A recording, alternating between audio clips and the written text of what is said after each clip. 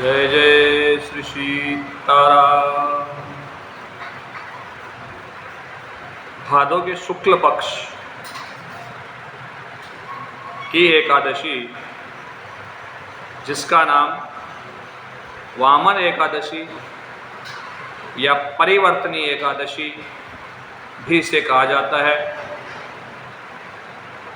और जलझूलनी एकादशी भी इसी को कहा जाता है।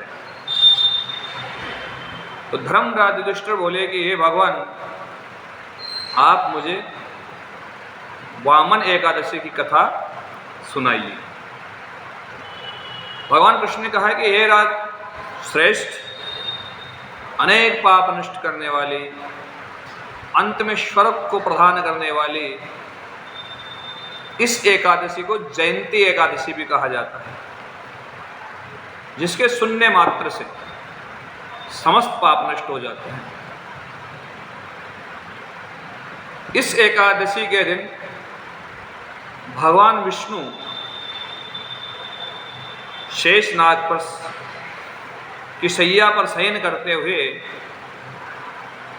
करवट बदलते हैं, इसलिए इसका नाम परिवर्तन एकादशी है। युधिष्ठिर ने कहा कि भगवान, मुझे आप पर संदेह हो रहा है कि आप किस प्रकार सोते हैं तथा करवट बदलते हैं, तथा बलि को क्यों बांधा और वामन रूप धारण करके आपने क्या लीलाएं की। इस कथा को आप मुझे सुनाइए। भगवान ने कहा कि त्रेता युग में एक बलि नाम का दानव था। वो ब्राह्मणों की सेवा करता था, भगवान की पूजा करता था, भगवान की भक्ति में लीन रहता था तथा साधु जनों का हितकारी था और भगवान के भक्त उसे प्रिय थे। तो अपनी भक्ति के प्रभाव से स्वर्ग में इंद्र के स्थान पर राज्य करने लगा। तो इंद्र आदि देवताओं ने भगवान विष्णु से प्रार्थना करी कि आप ऐसा कुछ करिए, राजा बलि इंद्र के स्थान पर राज्य करने लगा है।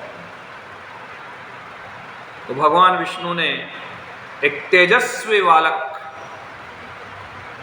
ब्राह्मण बालक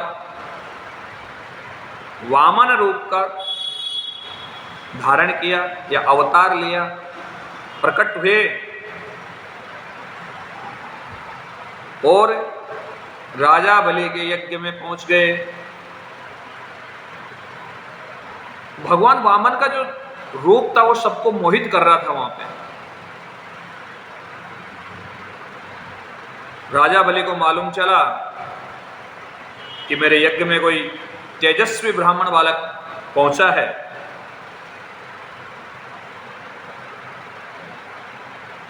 तो बलि ने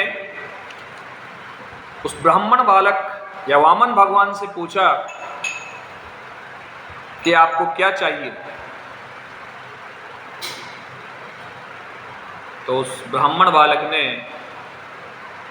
राजा बलि से 3 पैर भूमि मांगी। राजा बलि ने बहुत याचना करी कि भगवान, आप मेरे यहाँ पधारे हैं तो कुछ अच्छा मांगिए या कुछ ज्यादा मांगिए। लेकिन उस ब्राह्मण बालक ने, वामन भगवान ने 3 पैर भूमि ही मांगी। जैसे ही राजा ने संकल्प किया भूमि दान का, वैसे ही भगवान ने विराट रूप धारण कर लिया।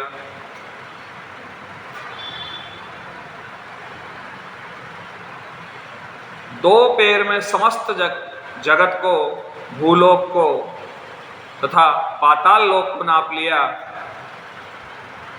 और 1 पैर भूमि शेष रहने के कारण राजा बलि से कहा कि बलि, 2 पैर भूमि हो चुकी है, तीसरा पैर कहाँ रखूं। तब राजा बलि ने कहा कि भगवान, दान बड़ा या दान करने वाला बड़ा? उस ब्राह्मण बालक ने कहा कि दान करने वाला। तो राजा बलि ने कहा कि भगवान, आप तीसरा पैर मेरे सिर के ऊपर रख दीजिए। जैसे ही तीसरा पैर वामन भगवान ने बलि के सिर पर रखा, वैसे ही बलि पाताल में चला गया और उससे प्रसन्न होकर भगवान विष्णु 4 महीने राजा बलि के चौकीदारी करते हैं। और इस एकादशी को चावल और दही सहित रूपा दान करने का विधान है। बोले जय जय श्री सीताराम।